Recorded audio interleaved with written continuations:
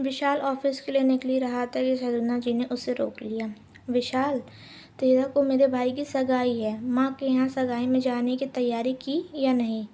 इकलौती हूँ, कहीं कोई कमी ना रह जाए। तो विशाल बोला, अरे मम्मी, मैं सब कर लूँगा।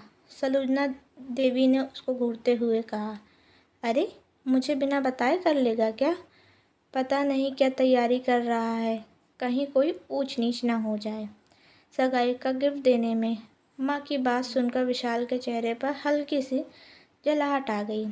तभी विशाल का टिफ़िन लेकर आई सलूना जी की बहू प्रीति बोली, मम्मी जी, सगाई में ही क्यों? गिफ्ट के लिए तो शादी तक का समय है ना। सलूना देवी के तेवर सख्त हो गए। तुझे बीच में बोलने के लिए किसने कहा? यह सुनते ही प्रीति का चेहरा उतर गया। लेकिन अगले ही पल सलूना जी बोली, बहू, तेरे पास एक जड़ाऊ सोने की अंगूठी है और एक नई जोड़ी पायल भी होगी। यह सुनकर तो प्रीति ठिक्कर होकर देखने लगी तो सलूना देवी अकड़कर बोली, अरे मेरा मुंह क्या देख रही है? वो अंगूठी और पायल एक साड़ी के साथ बहू को मुंह दिखाई में दे देंगे। फिलहाल बस सगाई का गिफ्ट चाहिए। अरे मेरा इकलौता भतीजा है, बुआ का गिफ्ट सबसे अच्छा होना चाहिए। यह सुनकर तो प्रीति चौंक कर विशाल का मुंह देखने लगी और धीरे से बोली, मम्मी जी, वह अंगूठी तो मेरी बुआ ने दी और पायल मेरी मौसी की बहन ने। प्रीति का इतना कहना था कि सलूना देवी का पारा हाई हो गया। तू क्या बात कर रही है कि वह तेरे घर से आया है? अरे अब तो इस घर की है, तो तेरा क्या इस घर के लेन देन की जिम्मेदारी तेरी नहीं? क्या तू इसी तरह निभाएगी रिश्ते? यह सुनते ही प्रीति की आग भर आई। उसने हिम्मत करके फिर से कहा, मम्मी जी, वह अंगूठी मेरी दादी की है जो उन्होंने बुआ को दी थी और बुआ ने मुझे दी, और मेरे पास तो वही एक जोड़ी पायल है। आप तो जानती हो कि शादी वाली पायल खो गई। विशाल ने भी कहा, हाँ मम्मी, सही तो कह रही है। दोनों पति पत्नी को एक साथ बोलते देखकर तो सलूना जी कोयले की तरह जल उठी। अरे खो गई तो मैं क्या करूं? संभाल कर रखना चाहिए था तुझे। और मेरा भाई भी विशाल की शादी में इतना खर्चा करके गया था। अब जब भाई के यहाँ देने की मौका आया तो क्या विशाल का खर्चा करवा दूं? जितना कहा जा रहा है उतना कर, मुझे कुछ नहीं पता। वही अंगूठी और पायल मुँह दिखाई में जाएगी। और विशाल, तू यहाँ क्या खड़ा है? अपने ऑफिस क्यों नहीं जाता? बेचारा विशाल अपनी माँ का गुस्सा देखकर कुछ बोल नहीं पाया और चुपचाप ऑफिस के लिए निकल गया। प्रीति को अपनी बुआ की दी हुई अंगूठी बहुत प्यारी थी और पायल तो उसकी मौसेरी बहन ने खास उसकी पसंद से दी थी। शाम को विशाल ऑफिस से लौटा तो मौका मिलते ही प्रीति ने विशाल से कहा, एक बात बताओ विशाल, अगर मामा जी ने तुम्हारी शादी में खर्चा किया था तो क्या उसका बदला मुझे देना पड़ेगा? मुझे तो आज तक ये भी नहीं पता कि उन्होंने मुझे क्या दिया था। मेरे पास केवल मेरे मायके के उपहार थे। तुम्हारे रिश्तेदारों के उपहार तो तुम्हारी माँ ने रख लिए थे। फिर तो आज वह मुझसे उम्मीद क्यों रख रही हैं कि मैं अपनी अंगूठी और पायल उठाकर दे दूं? विशाल जानता था कि प्रीति इस बात को ज़रूर कहेगी। उसने प्रीति को ही समझाने के अंदाज में कहा, प्रीति, कभी कोई अपने साथ कुछ लेकर जाता है क्या? मम्मी तो सब एक दिन तुम्हें ही दे देंगी, लेकिन फ़िलहाल तुम्हें उनकी बात माननी चाहिए। अरे किसी को देने से अगर वह खुश होती हैं तो फिर देने में क्या बुराई है? बहू को तो ससुराल में रिश्ते इसी तरह संभालने होते हैं। प्रीति का विशाल का यह जवाब काफ़ी रुतिवाड़ी लगा। फिर तो वह चुप नहीं रही और झट से बोली, विशाल, ये क्या सोच है तुम्हारी? इसका मतलब तो यह है कि मुझे हर बार दबना होगा। रही मम्मी के खुश होने की बात, तो मैंने पहले भी उनके कान की बालियाँ तुम्हारी मौसी के यहाँ उनकी एनिवर्सरी पर गिफ्ट के लिए दे दी थी। यहाँ तक कि मेरा इतनी महंगी साड़ी भी मम्मी ने मौसी को दे दी थी। तुम कहते हो कि मम्मी खुश हो जाएंगी, लेकिन मम्मी तो इतना देने के बाद भी आज तक खुश नहीं हो पाई मुझसे। प्रीति कहते कहते तिलमिला उठी। विशाल को समझ में नहीं आ रहा था कि क्या करे, क्योंकि उसकी ज़िद्दी मम्मी तो कभी नहीं मानेगी। तभी उन दिनों प्रीति की मौसेरी बहन ने फ़ोन करके कहा कि हम अपनी शादी की 10वीं सालगिरह सेलिब्रेट कर रहे हैं, तुम सबको आना है। इस बात से प्रीति बहुत खुश हुई कि कम से कम सबसे मिलना हो जाएगा, क्योंकि मम्मी जी कहीं जाने तो देती नहीं। उसने जैसे ही यह बात रात को खाना खाते हुए विशाल के सामने ही सलोजना जी से कही तो सलोजना जी उसकी बात टालते हुए बोली, तुम्हारी बहन को फ़ोन करने की तमीज़ नहीं है क्या? तुम्हें बुलाया है तो तुम चली जाओ, लेकिन हम नहीं जाएंगे। प्रीति ने तुरंत कहा कि मम्मी जी आपको भी फ़ोन आएगा। फ़िलहाल उसने मुझे फ़ोन कर दिया तो मैं बता रही हूँ। सलोजना जी ने कहा कि हाँ, जब आएगा तब देखेंगे। अगले दिन उसकी बहन ने सलोजना जी को फ़ोन किया और अपने यहाँ आने का निमंत्रण दिया तो सलोजना जी बोली, तुमने अपनी बहन से कल कह तो दिया था, तो अलग से फ़ोन करने की क्या ज़रूरत थी? क्या तुम्हारी बहन ने मुझे फ़ोन करने के लिए कहा है? सलोजना जी का मुँहफट तरीका देखकर तो प्रीति दंग रह गई और उधर उसकी बहन भी सोचने लगी कि प्रीति की सास तो बहुत तेज़ है। लेकिन उसने बात को संभालते हुए कहा कि नहीं मौसी जी, कल तो मैं यूं ही उसको खबर दे रही थी, सही से निमंत्रण तो आज दे रही हूँ, क्योंकि निमंत्रण तो बड़ों को दिया जाता है। सलोजना जी इसके आगे कुछ बोली नहीं और कहा, ठीक है, हम देखेंगे। एक हफ्ते बाद ही एनिवर्सरी थी। प्रीति ने विशाल से कहा, विशाल, मैं सोच रही हूँ दीदी को गिफ्ट में देने के लिए कि एक कपल घड़ी वाला सेट ले लेते हैं और दोनों के लिए एक एक जोड़े कपड़े भी खरीद लेते हैं।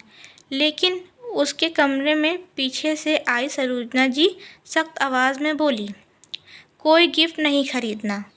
यहाँ सुनकर प्रीति चौंक गई और पलटकर बोली, गिफ्ट क्यों नहीं खरीदना? एनिवर्सरी में क्या खाली हाथ जाएंगे? फिर तो सलोजना जी और भी ज़्यादा तीखे अंदाज में बोली, हाँ, क्योंकि कोई नहीं जा रहा है, क्योंकि भाई के यहाँ कुछ दिन पहले जाना पड़ेगा। यह सुनकर तो प्रीति का दिल थक से रह गया। उसने टपाक से कहा, मम्मी जी, मेरी बहन के यहाँ जाना भी तो ज़रूरी है, उसने कितने मन से बुलाया है। तो सलोजना जी कड़क आवाज़ में बोली, हाँ, देखा मैंने कितने मन से बुलाया है। पहले ही अपनी बहन को इनविटेशन दे दिया, मुझे फ़ोन करना तो उसकी मजबूरी थी। मुझे सब पता है और अब मुझे ज़्यादा बहस नहीं चाहिए। कल ही तैयारी करो, परसों ही सबको निकलना है। और बहू, वहाँ जाकर कोई गलती मत करना, कहीं मेरी इज्जत के धज्जे उड़ जाए। सरोजना जी अपनी बात कहकर कमरे से निकल गई और प्रीति भारी मन और आंखों में आंसू लेकर विशाल को देखने लगी। उससे गुस्सा आ रहा था कि विशाल एक बार भी नहीं बोला।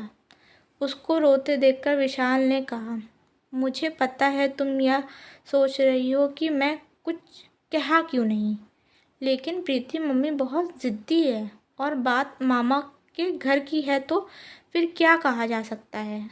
प्रीति को भी खामोश ही रहना पड़ा, लेकिन अगले दिन बार बार उसकी बहन का फ़ोन आ रहा था और प्रीति उसकी कॉल को बार बार म्यूट कर रही थी।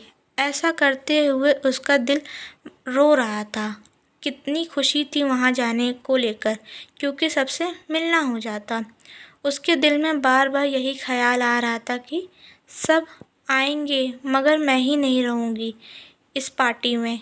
मम्मी भी फ़ोन करके पूछेगी तो क्या कहूँगी।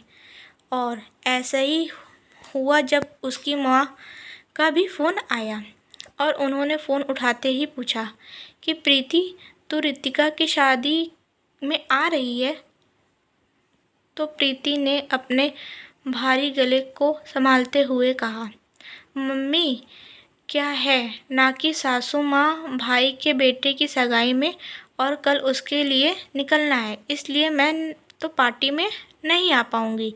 प्रीति ने बताया ही नहीं कि सगाई 2-3 दिन बाद है, वरना उसकी माँ को बुरा लगता और उनका दिल दुखी होता कि अच्छा खासा बेटी से मिलने का मौका मिल रहा था मगर फिर भी नहीं मिल पाई। प्रीति ने जाने की पूरी तैयारी की और अगले दिन तीनों सुलोचना जी के भाई के घर के लिए निकल गए। 2 घंटे का रास्ता था और सुलोचना जी रास्ते भर प्रीति को यही हिदायत दे रही, बहू तुम्हें जाते ही मामी जी का काम संभालना है, उनका हाथ बटाने वाला कोई नहीं है। मैं चाहती हूँ बस मेरी बहू की वाहवाही हो। बेचारी प्रीति ने नज़र झुकाकर तो सर हिला दिया, मगर उसका दिल कहीं और ही अटका हुआ था। 2 घंटे बाद जब तीनों पहुँचे, सुलोचना जी घूम घूम कर बड़ी अकड़ से साथ प्रीति को अपने भाई का घर दिखाने लगी, लेकिन इतनी देर में किसी ने अभी तक पानी तक नहीं पूछा।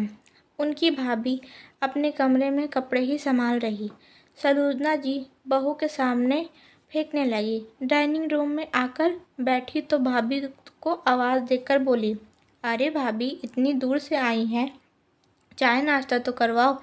तो उनकी भाभी आकर बैठ गई और कहने लगी कि दीदी मेरे तो घुटने में दर्द रहता है, मुझे तो सारे काम बैठकर करने पड़ते हैं। अरे बहू ज़रा तुम सबके लिए पानी ले आओ और हाँ चाय भी चढ़ा देना। यह देखकर प्रीति को अचंभा होने लगा, लेकिन सुलोचना जी ने भी तुरंत कहा, अरे हमारी बहू बहुत होशियार है, सब संभाल लेती है। जाओ बहू बढ़िया सी चाय बनाकर ले आओ।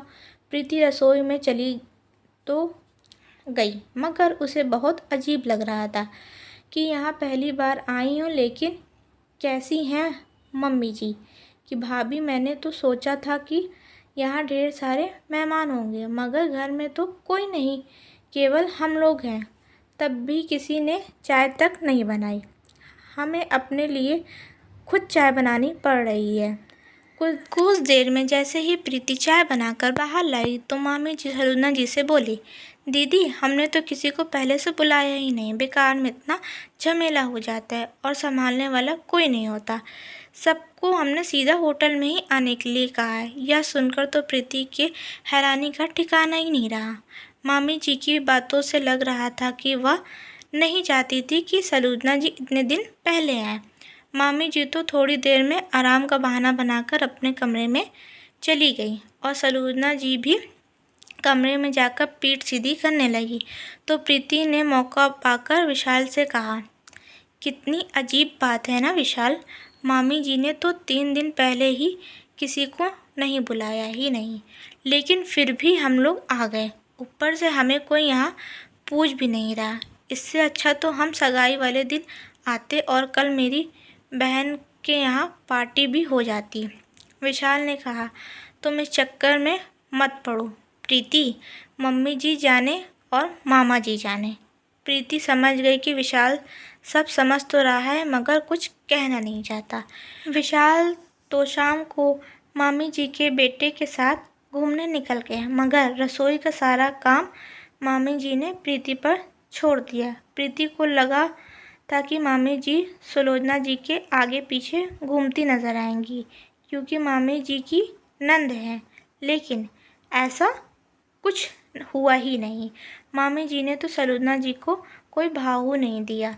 प्रीति जैसा सोचकर आई थी सब कुछ उससे बिल्कुल उल्टा हो रहा था। जैसे तैसे सगाई का दिन आया तो सुलोचना जी ने कहा कि भाभी आपने दिखाया नहीं कि बहू के लिए क्या क्या लिया है। तो मामी जी ने कहा, दीदी जो भी लिया है वो मेरी बहन लेकर आ रही है, घर में रखा होता तो दिखा देती।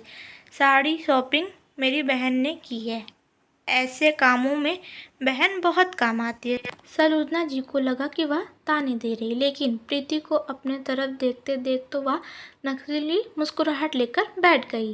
कहने लगी, हाँ भाभी सही कह रही हो, मेरे विशाल की शादी में भी मेरी बहन ने काफ़ी काम संभाल लिया था। बहनें मन की बात अच्छे से समझ लेती हैं। सरोजना जी की यह बात प्रीति को बहुत बुरी लगी कि अगर ऐसा है तो मुझे अपनी बहन के यहाँ क्यों नहीं जाने दिया। प्रीति जब से मामी जी के घर आई किसी ने भी ठीक से बैठकर बात नहीं की। यहाँ तक कि मामी जी को अपनी बहन से बात करने से फुर्सत ही नहीं थी।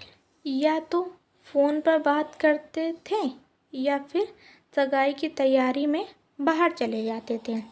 अगले दिन सगाई हो गई तो बस प्रीति को अपने घर वापस जाने का इंतज़ार था, क्योंकि उसे तो यहाँ एक एक पल बोझ लग रहा था। जिस घर में कोई पूछता ही ना हो वहाँ कोई कैसे रह सकता है। लेकिन सलोचना जी तो नकली मीठी बातों करते हुए अपनी भाभी के आगे पीछे घूम रही थी। सगाई ख़त्म होने के बाद सलोचना जी ने कहा कि भाभी हम लोग शाम को निकल जाएंगे। तो उनकी भाभी ने कहा, हाँ ठीक है दीदी, विशाल के ऑफिस की भी छुट्टी हो रही होगी ना, फिर तो आप निकल ही जाओ। यह सुनकर तो सलोचना जी के चेहरे का रंग ही बदल गया, मानो वह इंतज़ार कर रही थी कि उनकी भाभी एक बार तो कहेगी कि दीदी 1-2 दिन रुक जाओ फिर जाओ। लेकिन ऐसा नहीं हुआ। अपनी ही बहू के सामने बेइज्जती पर बेइज्जती हो रही थी, जबकि बहू से यह कहकर लाई थी कि सबकी इज्जत रखनी है। अब वह अपनी ही इज्जत नहीं रख पा रही थी। शाम के समय तीनों टैक्सी से निकल गए। रास्ते पर सलोचना जी गुसमुस बैठी रही थी, क्योंकि उनकी भाभी ने उनको ठीक से विदाई तक नहीं दी थी। प्रीति को भी हैरानी हो रही थी कि यह वही भाभी हैं जिनके लिए मम्मी जी मुझसे मेरी अंगूठी और पायल मांग रही थी। इन्होंने ठीक से पूछा तक नहीं और मम्मी जी तो कितनी तैयारी के साथ आई थी। अपने भतीजे के लिए 10,000 का सूट लाई, लेकिन उनकी भाभी ने तो 100 देकर चलता कर दिया। समझ में नहीं आ रहा कि मामी जी ने जानबूझकर ऐसा किया, उनकी आदत ही ऐसी है। टैक्सी में बैठी प्रीति की आँख लग गई और जब घर आया तो विशाल ने उसको हिलाते हुए कहा, प्रीति घर आ गया। घर तो आ गया, मगर प्रीति के दिमाग से मामी जी का रवैया निकल ही नहीं रहा था। 3 महीने बाद ही सलोचना जी के भतीजे की शादी थी। जैसे ही शादी में 15 दिन बचे तो फिर सलोचना जी ने 4 दिन पहले जाने का ऐलान कर दिया। लेकिन प्रीति ने विशाल से कह दिया कि विशाल, जो तुम्हारे मामा के घर में हमारे साथ हुआ था वह मैं दोबारा बर्दाश्त नहीं कर पाऊँगी, इसलिए हम इतने दिन पहले नहीं जाएंगे। लेकिन उसकी बात पर सलोचना जी भड़क गई। कैसे नहीं जाएगी? वह मेरे भाई का घर है, उनके इकलौते बेटे की, मेरे इकलौते भतीजे की शादी है। फिर तो प्रीति ने ताना देकर कह दिया कि मम्मी जी, जो भी हो आपकी भाभी आपको बुलाना तो नहीं चाहती। कम से कम सगाई में जाने के बाद मुझे इतना तो समझ में आ गया। उन्होंने तो सारे मेहमानों का इंतज़ाम सीधे मंडप में किया था। पता नहीं आपको 3 दिन पहले जाने की क्या ज़रूरत थी। उसकी बात पर सलोचना जी ने तो घर में हंगामे खड़े कर दिया। अरे बहन को भाई के घर जाने के लिए बुलावे की ज़रूरत नहीं होती है। क्या क्या हुआ अगर नहीं कहा? भाई के घर जाना तो एक बहन की जिम्मेदारी होती है, वह मेहमान नहीं होती कि उसको निमंत्रण देना पड़े। अब तो प्रीति ने भी गुस्से में कह दिया, मम्मी जी बहुत हो गया आपके भाई का घर का दिखावा। फिर तो बहन के घर भी मेहमान बन के नहीं जाया जाता, निमंत्रण की क्या ज़रूरत पड़ी? आपके भाई के घर जाने से तो अच्छा था कि मैं अपनी बहन के घर चली जाती, कम से कम वहाँ मेरी इज्जत तो होती। आपको जाना है तो जाइए, मैं इतना पहले नहीं जाऊँगी। अब तो सलोचना देवी बुरी तरह बौखला पड़ी। नहीं जाएगी तो मत जा, अब तेरी ज़रूरत भी नहीं है जाने की, मुझे अंगूठी और पायल दे दे।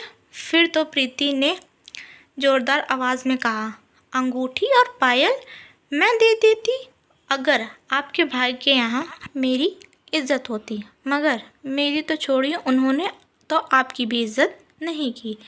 नंद को बाहर बैठाकर आपकी भाभी कमरे में कपड़े संभाल रही थी।